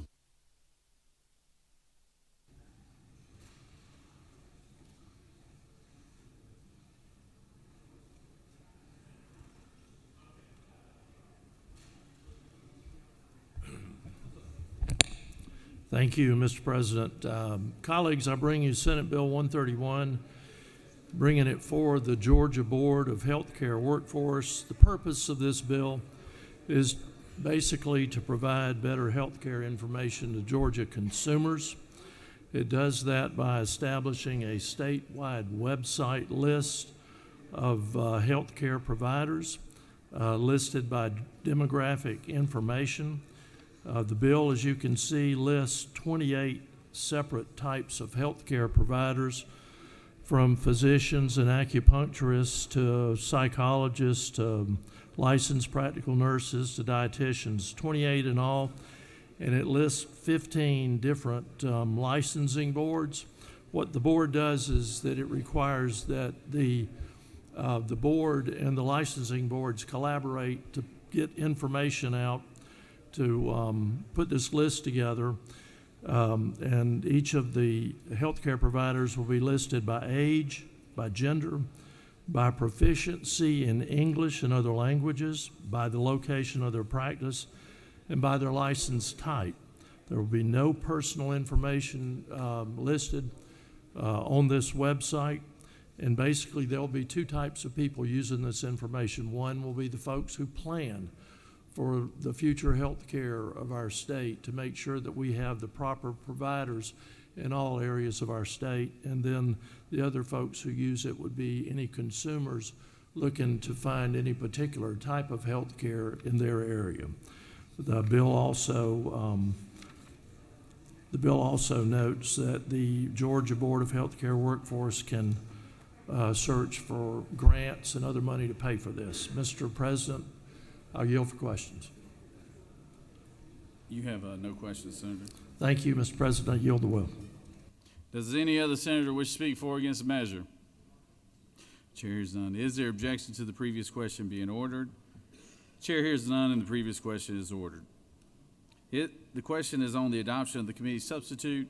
Is there objection to the adoption of the committee substitute? Hearing none, the committee substitute is adopted. Is there objection to agreeing to the report of the committee, which is favorable to the passage of the bill? Chair hears none. Report of the committee is agreed to. Is there objection to the main question being ordered? Chair hears none. The main question is ordered. Questions on the passage of the bill by substitute. All those in favor vote yea. All opposed, nay. Secretary, unlock the machine.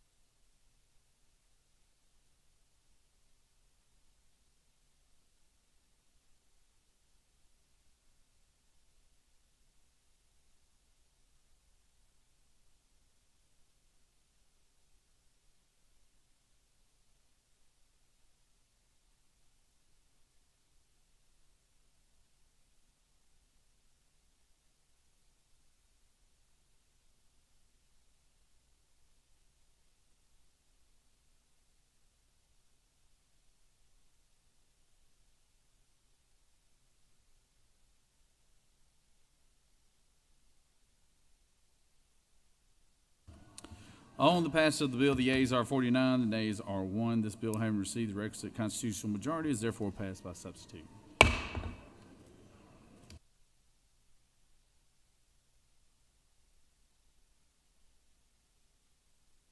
Secretary reads Senate Bill 141. Senate Bill 141 by Senator Hatchett of the 50th and others, a bill to be entitled an act to amend Title 48 of the Official Code of Georgia annotated relating to revenue and taxation so as to extend the appeal and protest period from 30 days to 45 days for tax assessments, to clarify final determination language for federal income tax adjustments, to provide for related matters, to provide for an effective date and applicability, to repeal conflicting laws, and for other purposes. Mr. President, Senate Committee on Finance recommends that this bill do pass by substitute. Respectfully submitted, Senator Huffstetler, Chairman. Mr. President, Senate Committee on Finance offers the following substitutes to Senate Bill 141, a bill to be entitled an act to amend Title 48 of the Official Code of Georgia annotated related to revenue and taxation so as to extend the appeal and protest period from 30 days to 45 days for tax assessments, to clarify final determination language for federal income tax adjustments, to provide for related matters, to provide for an effective date, to repeal conflicting laws, and for other purposes. That completes the order, Mr. President.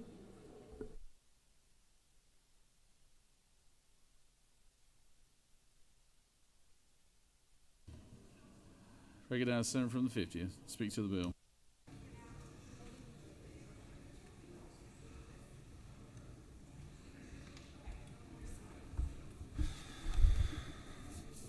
Thank you, Mr. President. I rise and bring you Senate Bill 141. This is a department bill for the DOR. Just a little background. The Council of State Taxation, or COST, regularly publishes a report that objectively assesses state statutes and regulations governing taxpayer access to independent appeals processes and the handling of procedural elements affecting taxpayer perceptions of fairness and efficiency. Right now, Georgia's grade under COST is a B-.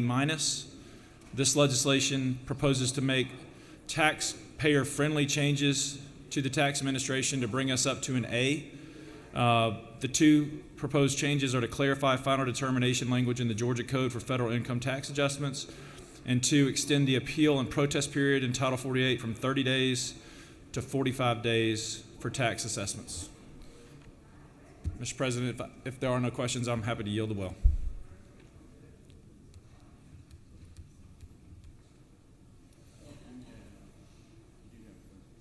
Thank you. You do have one question, Senator. Recognize Senator from the 26th. Will the gentleman yield? I will. Senator, will this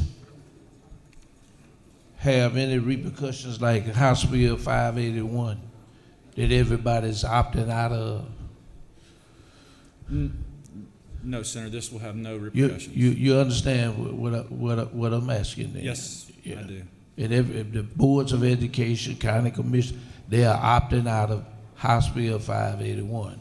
And so what I'm asking is, if we do this, we won't have those kind of repercussions. No.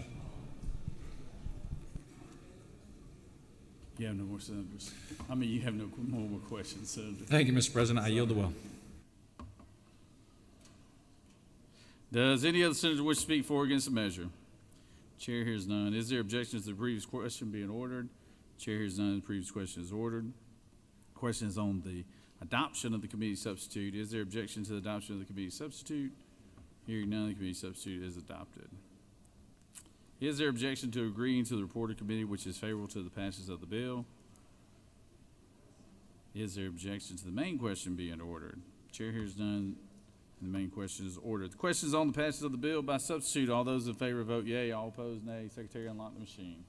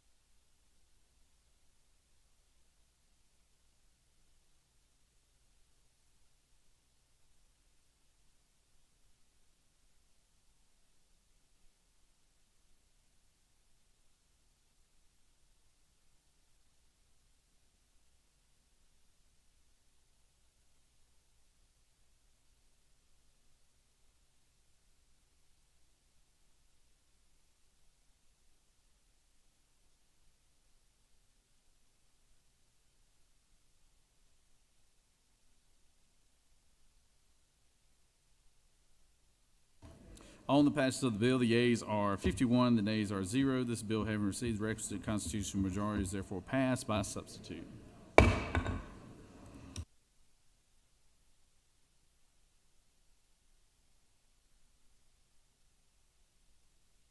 Secretary reads Senate Bill 69.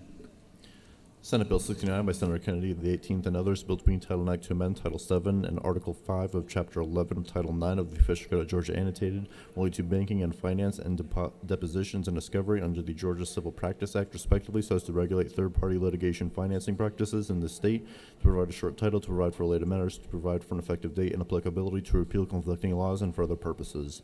Mr. President, the Senate Committee on Judiciary recommends that this bill to pass. Respectfully submitted, Senator Strickland, 42nd District Chairman. That completes the order, Mr. President. Recognize the senator from the 18th.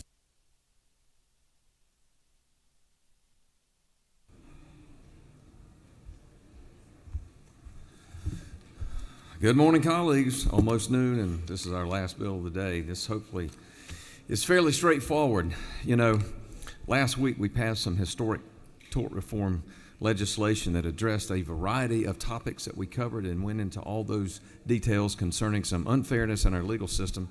Today I bring you the second portion of Governor Kemp's tort reform legislation, which is focused only on one issue that has increasingly become problematic for people, especially those that have needed additional resources when they find themselves in the middle of litigation, civil litigation.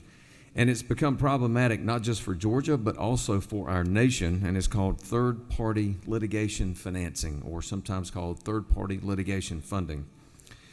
For those of you that are unaware, third-party litigation financing, or TPLF, refers to a contingency arrangement between a non-party financier and a party or a potential party to a lawsuit in exchange for an actual property interest in the anticipated judgment that the plaintiff is seeking to obtain to the process of the case, with the expectation, of course, of a return.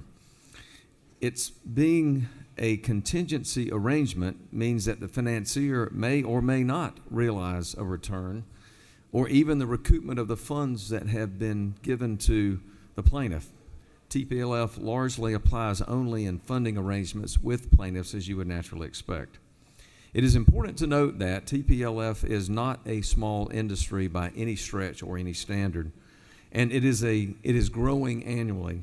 In 2023, analysts reported that the U.S. commercial litigation finance industry managed an estimated $15.2 billion with a B, in assets, and over $2.7 billion were committed just in the calendar year 2023.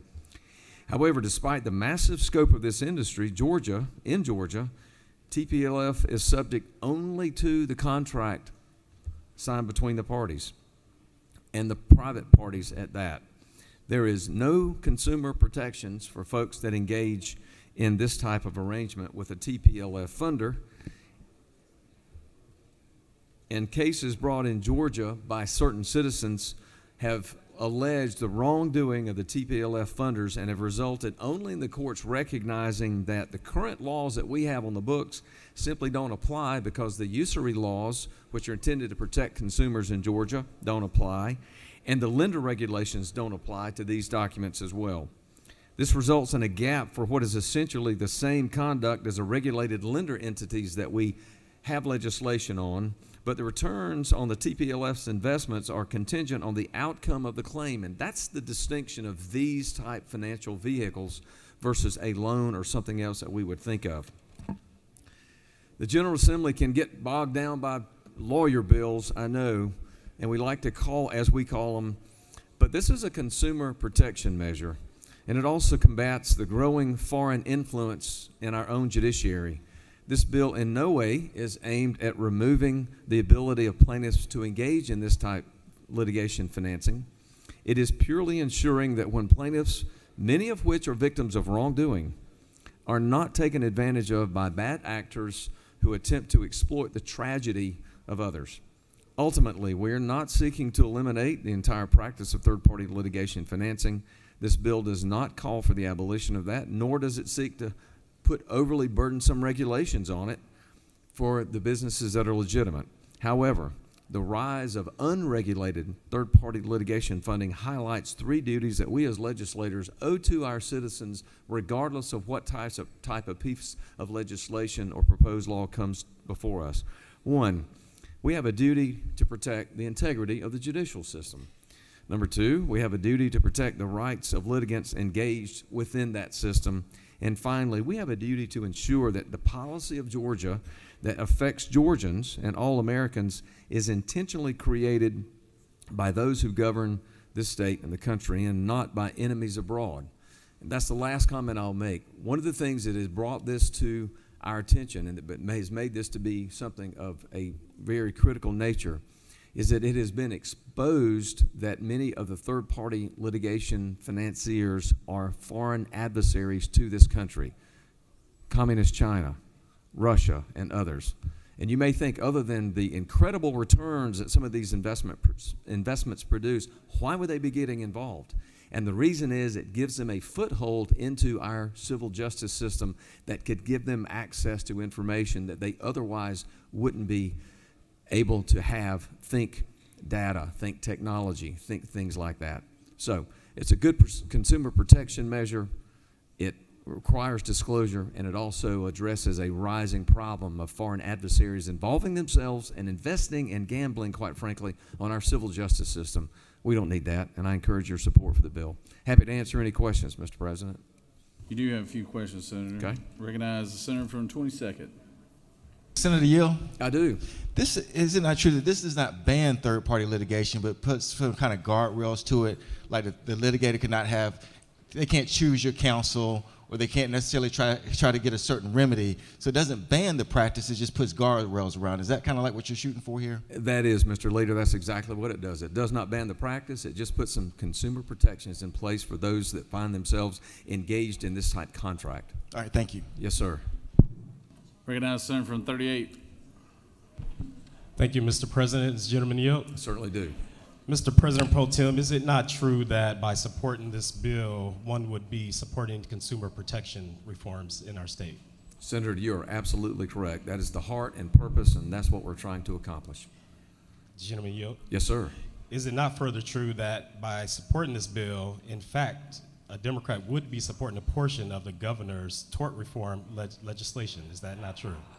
Senator, me and many others in this chamber look forward to seeing your green vote on this bill and supporting the governor's tort reform measure in this regard, and I thank you for that. Thank you.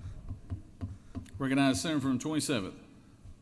Thank you, Mr. President. Pro Tem Yield. I sure do. I want to ask you a question about the foreign interference piece of this. You said as it relates to technology. I want to make sure I understand the types of cases you're talking about. I would assume, and correct me if I'm wrong, but are you talking about cases where certain technology advancements that are created in America would become available in discovery, such as source code, patented information, and patent cases, would then be available in discovery, and by these foreign countries funding these cases, that they're actually able to pierce the veil of a lot of our trademark technologies here in the States, and that's part of what we're trying to stop China from doing, particularly with this bill. Mr. Chairman, that is a very good explanation of the detailed issue of the foreign adversary threat we are trying to address. Yes, sir. Thank you for that. Recognize the senator from the 55th. Morning, will the senator yield? Good morning, I do, to my friend from the 55th. Fantastic. Is it not true that yours truly is not on the Judiciary Committee, notwithstanding him being an esteemed attorney for many years in the state of Georgia? To the senator from the 55th, to a freshman in this chamber, I do believe that's correct. You're not on the Judiciary Committee. Yes, sir. Thank you. And is it not further true that I am a plaintiff's attorney in the state of Georgia and have been so for about a generation now? I'm sure you know of which you speak, and I'm sure you speak the truth, sir. And it's further true that I am against foreign adversarial threats to our judicial system. And I would simply ask, what are the three, because I really do not know and understand what this does. I understand you're saying it puts guardrails, but what are the three major guardrails it actually does put up? Because I personally do not utilize third party, because basically there are some plaintiffs' attorneys that don't have money to finance their cases. For example, I have a case right now, I have to put over $100 grand in it, and some attorneys just don't have that kind of money. So are you inhibiting plaintiffs' attorneys from accessing capital because it's about the money?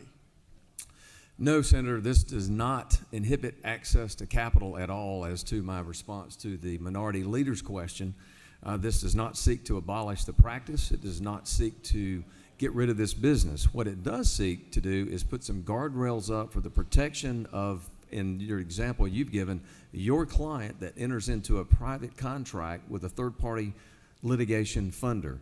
Right now, because the vehicle, this animal, this sort of arrangement is not a loan, because there's no requirement for a payment back unless there's a successful result at the end of the case. It's not a security because it's not deemed to be an investment.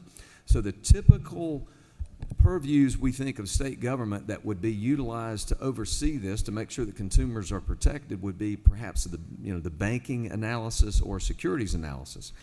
And the way they're currently written, neither apply. And so when we've had aggrieved plaintiffs complain about their treatment by these third-party litigation funders, where people have been very unfair to them, in some cases, as I understand, Senator, so much so that the recovery of the third-party litigation funder exceeded and sometimes consumed the vast majority of the recovery, and the plaintiff, the injured person, doesn't get anything. One of the protections in here says that the recovery of the third-party litigation funder can't be greater than that of the plaintiff. I mean, some very common sense. And also the other consumer-type protections that are in here that says this has got to be in writing. There's also some provisions that certain provisions in the bill must be contained within the third-party litigation funding contract. And it also requires for just some other minor issues that are all designed to be protective. Is it not true to not think this is a good piece of legislation? I can't wait to see your green vote for this, Senator. Thank you for that. Yes, sir. Recognize the senator from the 16th. Senator Gill. I do. Yes, sir. This bill, thank you for bringing it. I think it does a great job of putting guardrails up on an industry that had no guardrails at all, and I believe it's good for the people of the state of Georgia. But does this in any way address the selling of claims? Because we have a practice in which claims are sold, the person takes a lesser amount of money, and someone else takes their position and has litigation, and that person is limited by selling it. This does not deal with that practice at all, as I'm understanding it. This does not, Senator. I want to be clear. I think when you say selling the claim, you would be referring to the assignment of the cause of action or the right. No, sir. This does not address that. Okay. I just wanted to make sure. Thank Yes, you, sir. sir. Appreciate it. Recognize the senator from the 53rd. Thank you, Mr. President. With the President pro tem yield. I sure do. If a Republican was to vote yes on this piece of tort reform, but no on the other piece of tort reform, can I still expect a primary challenge from the governor? You know, Senator, that is such a layered question. I don't know that we've got time to answer that, and I don't know that I'm qualified to speak to that either, Senator, but I will tell you that a green vote on this would be appreciated. Would have been appreciated on the other one, but I'll take what I can get. Thank you. You have no more questions. All right. Thank you. I encourage your support and appreciate all the green votes I hope we get on this. Thanks. I yield the will. Does any other senator wish to speak for or against the measure? Chair hears none. Is there objection to the previous question being ordered? Chair hears none. The previous question is ordered. Is there objection to agree to the report of committee which is favorable to the passage of the bill? Chair hears none. The report of committee is agreed to. Is there objection to the main question being ordered? Chair hears none. The main question is ordered. All those in favor of the bill will vote yea. All opposed, nay. Secretary, unlock the machine.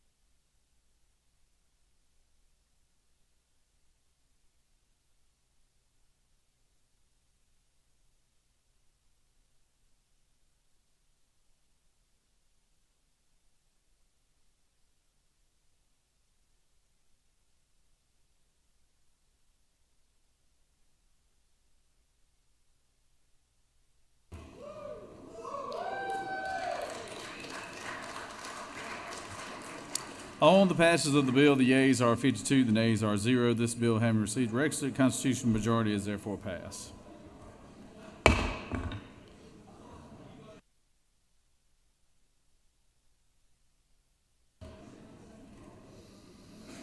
Recognize the majority leader for a motion.